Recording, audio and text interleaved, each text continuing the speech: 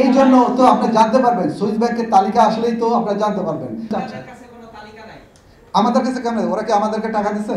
প্রবাসীদেরকে বিভিন্নভাবে হেনস্থার শিকার হতে হয়েছে। ইউনিয়ন পরিষদ থেকে থানা, পাসপোর্ট অফিস, এয়ারপোর্ট পর্যন্ত বাংলাদেশ প্রতিষ্ঠার পর থেকে 5ই আগস্ট যতগুলো সরকার ক্ষমতায় এসে রাষ্ট্রের অর্থ লুটপাট করে দেশে এবং দেশের বাইরে বেগমপাড়া, সেকেন্ড হোম, ব্যবসা প্রতিষ্ঠান এবং সুইস ব্যাংকে অর্থ পাঠিয়েছে, তাদের সবার তথ্য নির্বাচনের পূর্বে সুইস ব্যাংক থেকে এনে বাংলাদেশে জনগণের সামনে প্রকাশ করার জন্য জনাব প্রফেসর ইউনূস সাহেবের প্রতি জোর দাবি জানাচ্ছি।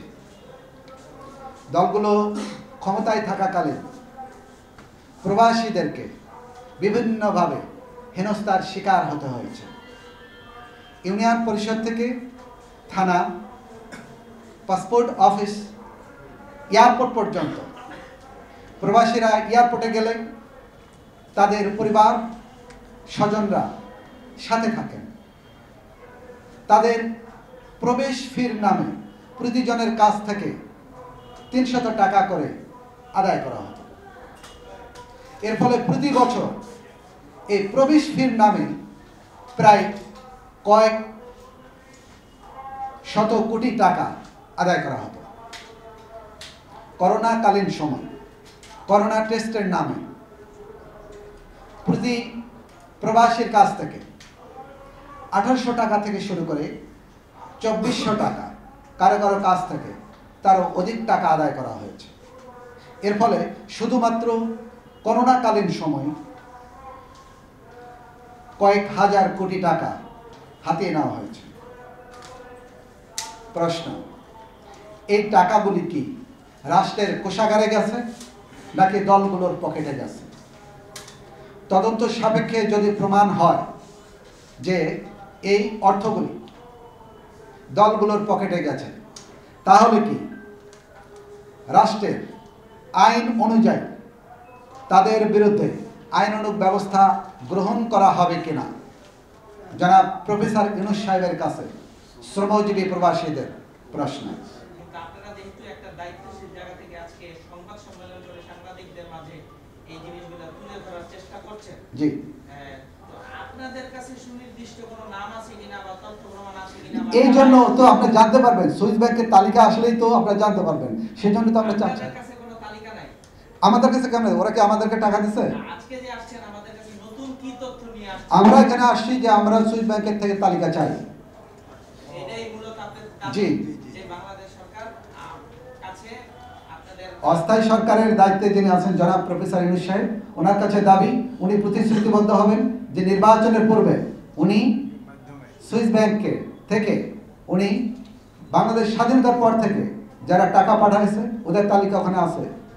এমনকি আপনারা জানেন এই আওয়ামী লীগ সরকার ক্ষমতায় থাকাকালীন সুইস ব্যাংকের যারা প্রতিনিধিরা কয়েকবার দেশে আসছিল, তারা চাইছে যে সে সময়কার সরকার চাইলেই তারা ওই ব্যাংকের তালিকা সরকারের কাছে হস্তান্তর করবে, সেটা আপনারাই লিখেছিলেন।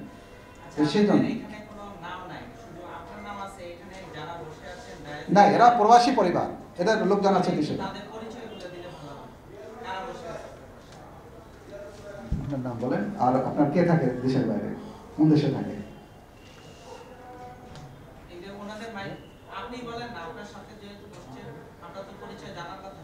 আচ্ছা, ওনার নাম হচ্ছে রমজান। উনি কখনো সামনে কথা বলেনি ক্যামেরা। ওনার আত্মীয় থাকে মালয়েশিয়া। আপনার নাম কি? সোহেল। ওনার আঙ্কেল থাকে কানাডায়। ওনার নাম মাহফুজ। ওনার ভাই থাকে মালয়েশিয়া।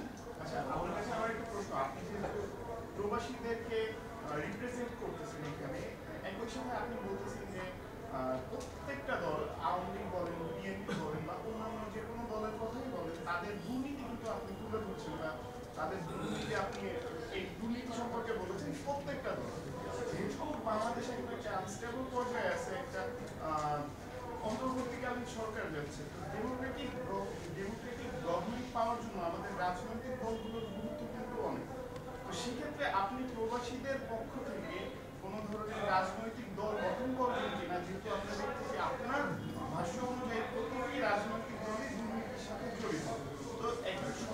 নাগরিক হিসেবে প্রবাসীদেরকে নিয়ে বা আপনার যাদের যে লোকজনের কথা আপনি বললেন নির্বাচনের পূর্বে কি আমরা এই জাতীয় কিছু দেখবো কি? না না, এটা আমার পক্ষ থেকে এই ধরনের দল গঠন করার কোনো চিন্তাও নাই, আর এর সাথে আমার কোনো সম্পর্ক নেই। তাহলে আপনি কাদেরকে ভোট দিতে বলবেন? বিএনপিকে ভোট দিতে বলবেন নাকি আপনি পুরো ডেমোক্রেটিক গভর্নমেন্টটাকে বলবেন যে এটা সরে যাওয়া উচিত?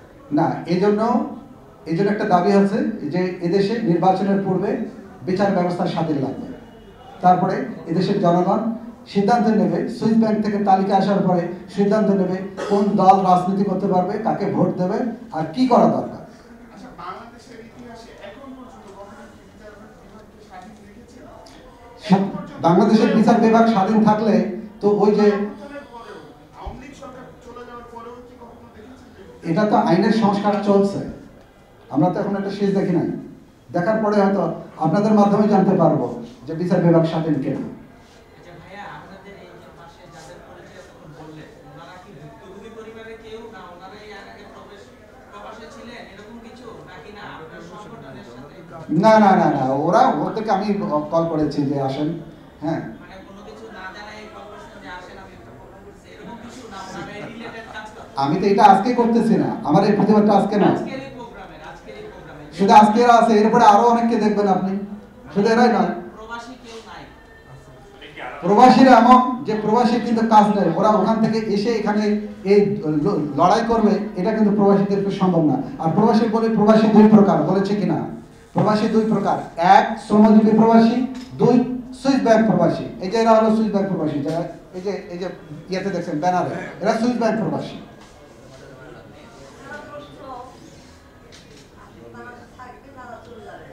আমি যদি বাংলাদেশে থাকি তা এ দেশ চলবে কেমনে?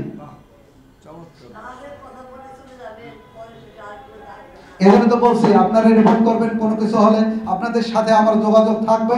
যদি আপনাদেরকে কেউ হেনস্থা করা, হয়রানি করা, সে ব্যাপারে আমাকে ঢাকায় পাবেন। আপনাদের সাথে লড়তে হয় কিভাবে। আপনি যা লিখছেন এতে কি রিপোর্ট হবে?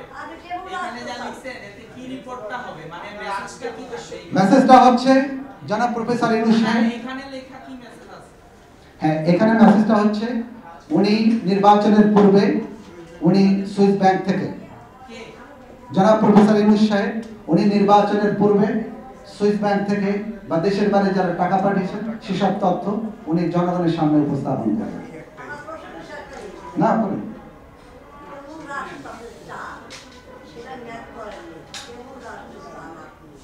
আমরা চাই একটা স্বাধীন বিচার বিভাগ, এই ধরনের একটা রাষ্ট্র চাই। আমার কোনো সংগঠন নাই, আমি শ্রমজীবী প্রবাসী। প্রবাসীদের কোনো সংগঠন হয় না।